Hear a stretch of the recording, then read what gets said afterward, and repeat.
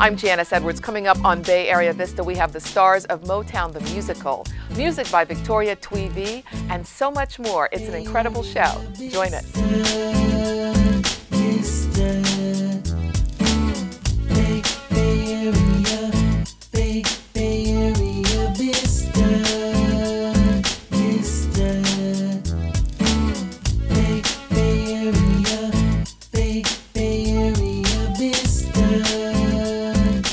I'm Janice Edwards. Welcome to Bay Area Vista. We are talking with the stars of Motown the musical, an incredible show.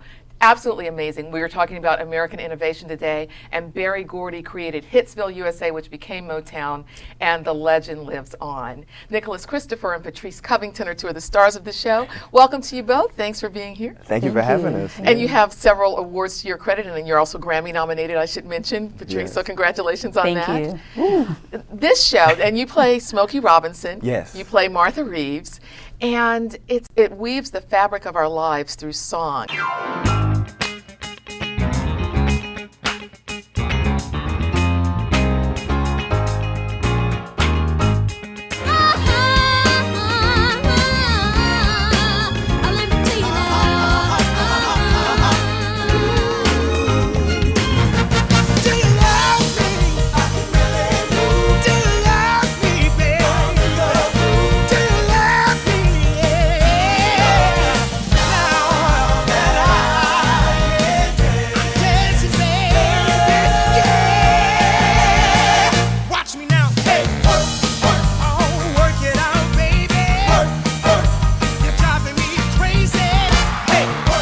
What did you have to learn about Smokey Robinson? I interviewed him years ago, and you had the mannerisms. You had great mannerisms with that. But what did you have to learn about him? I didn't realize that Smokey was actually the vice president of the company. I didn't realize that he was so, I knew he was a great songwriter and a great singer and a great performer, but I didn't realize his business, the business side, that he influenced so much with the company as well, and how integral he was to Motown becoming what it is. Yes, and what good friends he and Berry Gordy were. Absolutely. Yes, Absolutely. or have been, I should say. Yes. Yes. And what about you? I also met Martha, and it's incredible when you meet these living legends.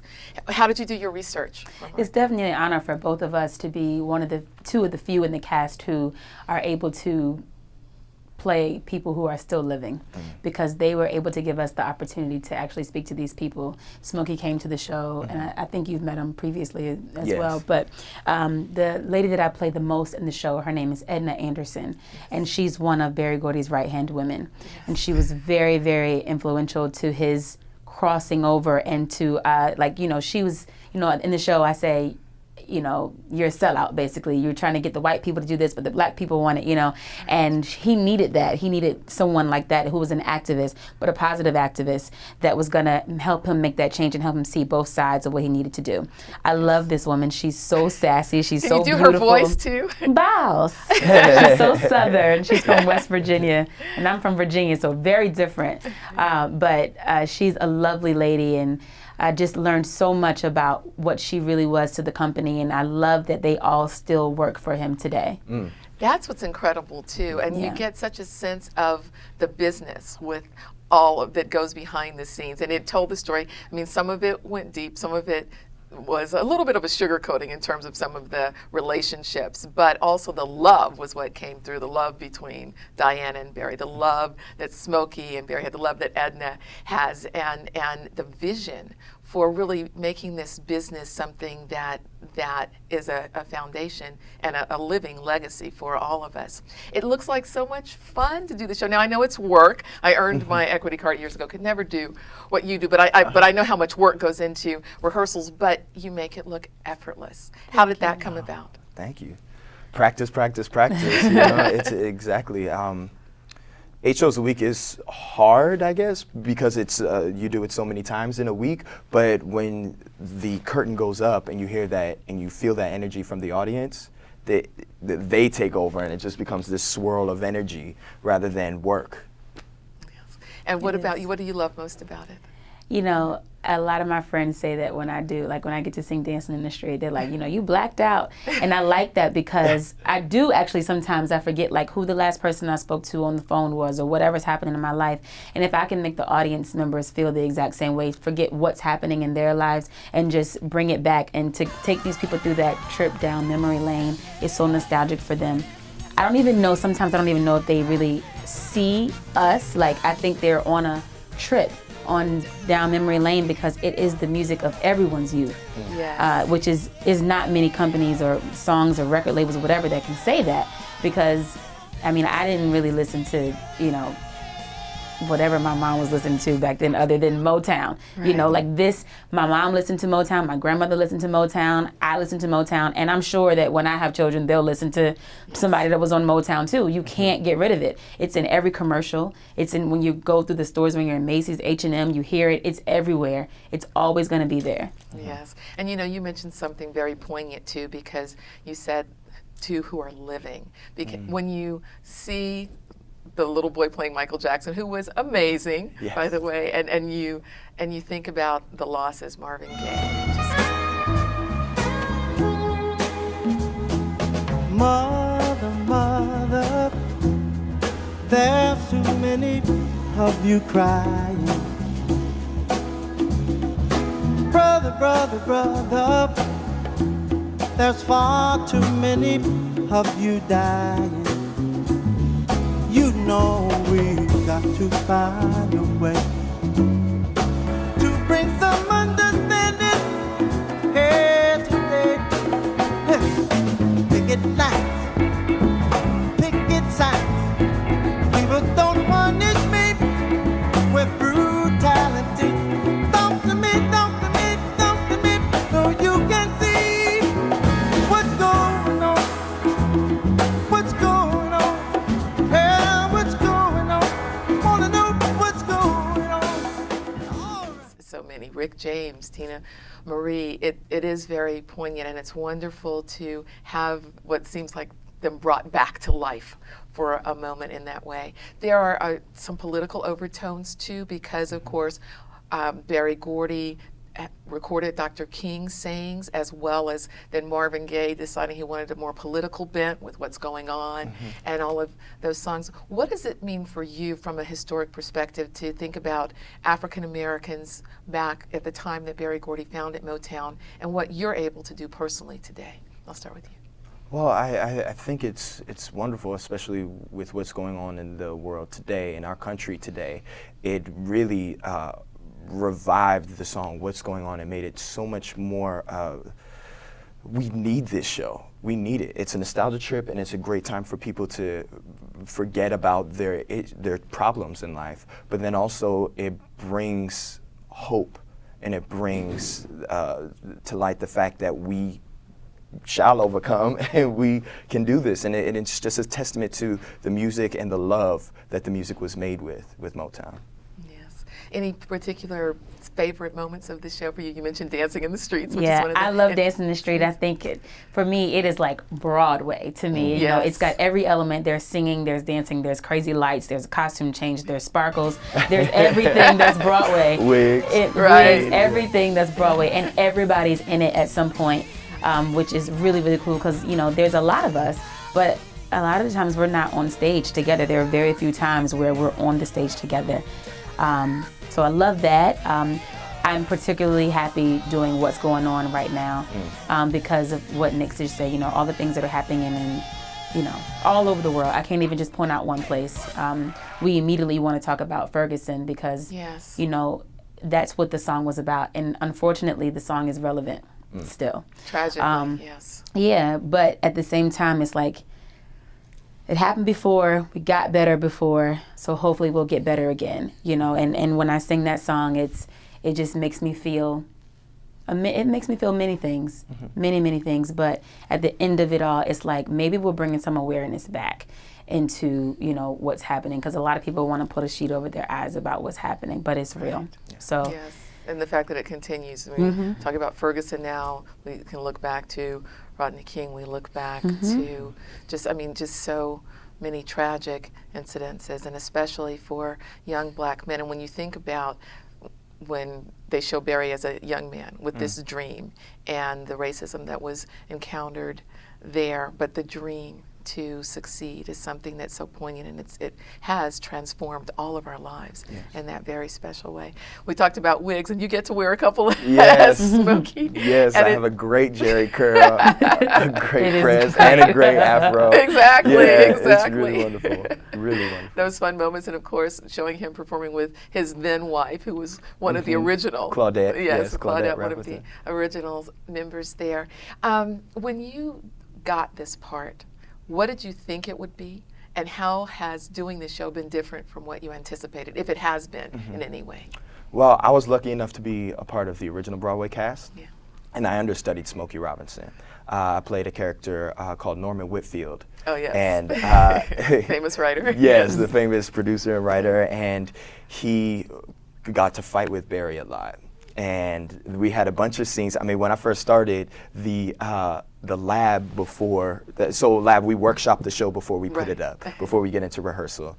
And the show was, there's so much information, and Mr. Gordy wanted to include so much of the story that the show was like over 4 hours long. Oh, really? When you, oh my gosh, before you whittled it down for Broadway? Yes, exactly. So there was a lot of information. There was, we got to live through these moments, and then eventually they become talked about, and you know, we decide and we mold what story we're trying to tell and make it more specific. So it was wonderful to live through all these different moments and to meet all these different people. So I wasn't ready for that to be, I didn't realize that everybody was going to care about this story so much within the Motown family. Yes. So we got to meet Stevie, we got to meet Smokey, you know, we get to talk to all these people and learn them as people, not as these mythical creatures. Right, you but know, the human beings. The human beings. Who also performed in an incredible way. Exactly. And that blew my mind even more, because it's easy to just, you know, look at them as idols and call them gods, but to realize that they're people and they're doing these amazing things blew my mind even more. Yes, and when you talk about getting them, that Stevie impersonation is dead on Yeah, too. He's he great gets with it. that. Yeah. How about you, Patrice, in terms of what has surpassed your expectations perhaps in the show, or surprised you? Yeah, you know, like you said, the mythical creature thing, it's crazy to me that Barry Gordy knows my name, you know, and like all these people who were magical people that we never ever imagined knowing, they've taken us in and they treat us like we are part of the Motown family, and they say that we are. They're very clear that you guys are part of the legend now. And that's crazy to me, that, you know, because I've done a lot of Broadway shows and you're just part of the show. And when the show is over, that's it. But I feel so much differently with this show because of the fact that they show so much love and support and encouragement. They are so proud of us. They want us to do well. They want you to succeed in this show, outside of this show, just in life. And they know our names. They know our names. They know our names. They know about us just like we know about them. Yes, and they danced to see Barry Gordy dancing on stage at the end for the curtain call. Amazing. But it's so exciting. It's just really touching, moving. I was on a high afterwards, and and everyone we were talking to was just like, wasn't that great? And what about this? And you want to share the moments, and that's why it really is something that can't be missed. Everyone really needs to see this, because it does reawaken things. It also speaks to the importance of family embracing each other. I mean, when we think about the tragic losses, I think if only there had been an opportunity for each of these stars whom we lost when they were struggling at that time, to have anyone who could have maybe made that difference or pulled them up. And I think that's what we have to do. I love the moment. I'm going to ask us to hold hands, reach out and touch somebody's hand, make this world a better place if you can. This is one of the magic moments of Motown the musical. Yes. You have to see it. It's in town, and it will really inform your life, change your life, and it has impacted all of our lives. So thank you both very much. Thank you for Good having to talk us. with you. Likewise. On our show, we also are going to talk with a young lady who's 10 years old, and she's just recorded 2 CDs, and we're talking with other people who are in the music business. So what advice would you give if you had anything to say that you think would help someone in terms of just charting a career? Well, she already got 2 CDs. 2 CDs, I know. I have any. I'm going to ask her for it. advice. No, I would definitely say that, always stay educated. Stay educated throughout your career. Get the education. Although a lot of us are at our ultimate dream goal already, or this is something that they've always wanted to do, you have to stay conditioned. Whether it's taking acting classes, dance classes, vocal lessons, always, always, always stay learning and always, keep the muscle strong, because sometimes you may not do it for a long time, or you get used to doing one thing for a long time and then you could lose it. It's just like an athlete. You have to stay conditioned, keep those muscles ready, warmed, and ready to do everything that you are capable of doing all the time. Okay, great. And what advice do you have for Victoria and the others on the show? Victoria, make sure it's always fun. Make sure you're always having fun with it, and don't make it a chore. Let it be something that you use to express yourself, and not something, don't let the money or the career aspect blind you of how much fun this is. Great advice, and thank you so much. Thank you guys you. are Thank you for awesome. having me. We are here on site at the Spirit of American Innovation at the Tech Museum of Innovation in San Jose, talking with a young lady who at the tender age of 10 is an innovator in her own right. She is a performer who is acclaimed and is multi-talented. Victoria Twee is her stage name, and her given name is Victoria Twee McDowell. Victoria, thank you for joining us. Thank you for inviting me. I mentioned that you're a singer, and when I said that doesn't really encompass all that you've done. You have 2 CDs that have just come out, and you just came from Vietnam. How old were you when you began singing? I've been singing ever since I was 4 years old.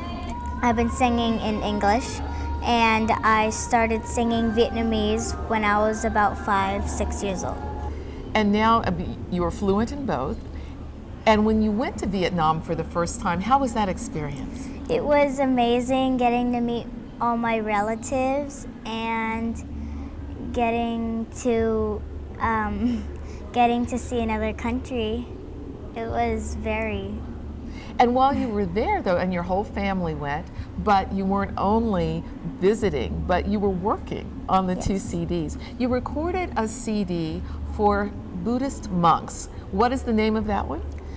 Am đến chùa, which means I'm going to a temple. It was a great experience. How long did it take you? It took about 3 days. And you also recorded another CD in English. It's entitled I Dream. And how do you say it in Vietnamese? Tôi mơ có tiếng mẹ già mưa nắng bao ngày có anh hiu lo lắng. One of the things that comes through is that you really love what you do. And while a lot of 10-year-olds are just hanging out at the mall on the weekends, you're actually usually working and performing. She has performed the national anthem at City Hall several times. She also has performed the Vietnamese national anthem. When you're performing, what is it that you enjoy best? I like seeing smiles on people's faces after I sing. I like how I bring joy to people when I sing. Yes. And you are acclaimed for that. You're a straight A student. You have a brown stripe belt in Taekwondo. You also play the piano and other instruments? I also play violin and the keyboard. What is it that inspires you to do all of this? Really my parents. They really pushed me to fulfill my dreams and do what I always wanted to do. What is the best advice that you've gotten from, let's start with your dad? Don't get distracted. Do your best to stay on task. And how about your mom? Always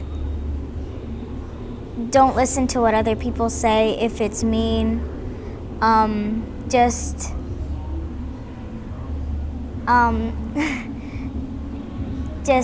how you feel is what matters, not what other people think about you.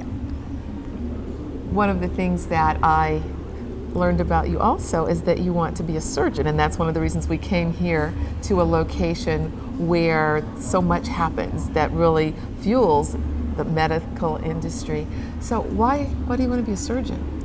Well, It really interests me, and I really I like helping people, and if someone's hurt, I would like to help them.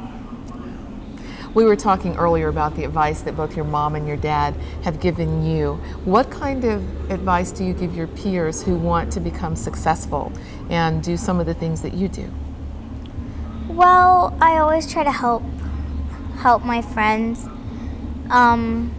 if they're trying to do something. Yeah. When you are practicing Taekwondo, is there a particular thought or a mantra or something that you keep in mind that helps you excel?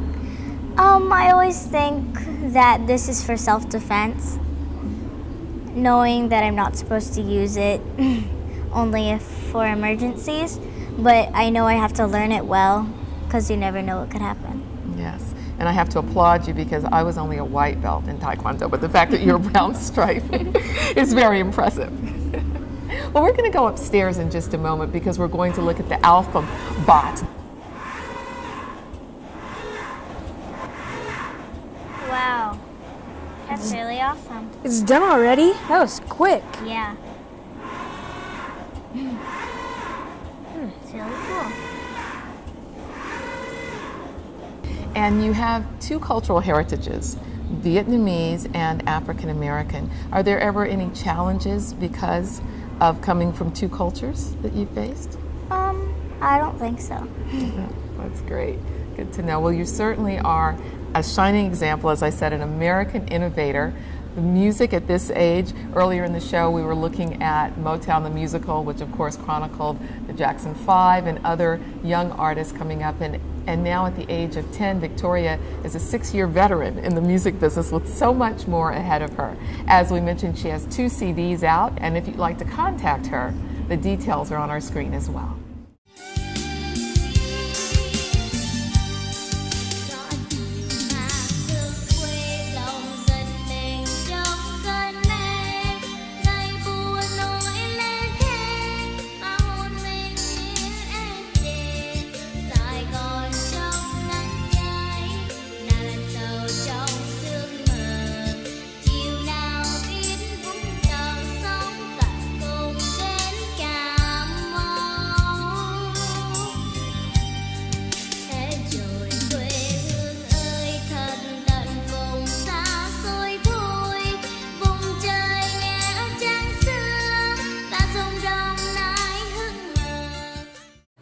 I'm Janice Edwards, and we're on location at the San Jose Jazz Festival. You are about to feel really good because in just a few moments we are going to hear from an amazing, amazing artist. I have to tell you that I had the pleasure of interviewing Let Us See some years back, and I knew then that she was going to be amazing and great. And she's just as sweet as she was then, in addition to all of her accomplishments. She is, of course, a Grammy-nominated jazz R&B songstress. You can give it up for her, give her some hometown love. Now, technically, she's from New Orleans, but you know, we claim her in the Bay Area because she spent a lot of time here, and we remember when she dropped her first album here, don't we? Absolutely. We were going to have a Let Us See singing contest to see who could sing her songs best before she came, but we didn't have time for that today, so maybe next time. But I'll just tell you that she sang with the New Orleans Symphony Orchestra when she was 8 years old. She formed the group in 1995, building a hot reputation throughout the Bay Area, which we know about, which led to her international fame. Let Us See's latest album, The Truth, released this year, is an album filled not only with her trademark soaring ballads. How many of you have heard The Truth? Yes? All right. But also a generous collection of up-tempo, beat-driven celebrations of lust and love. Ladies and gentlemen, you know it doesn't get any better than what you are about to hear. I'm so excited for us, and I'll tell you that we'll be right back, and then Let Us See will be on stage. Let's get ready for her! Hey, my name is Let Us See. How you doing? Hey, yeah. Oh. It's Sunday. You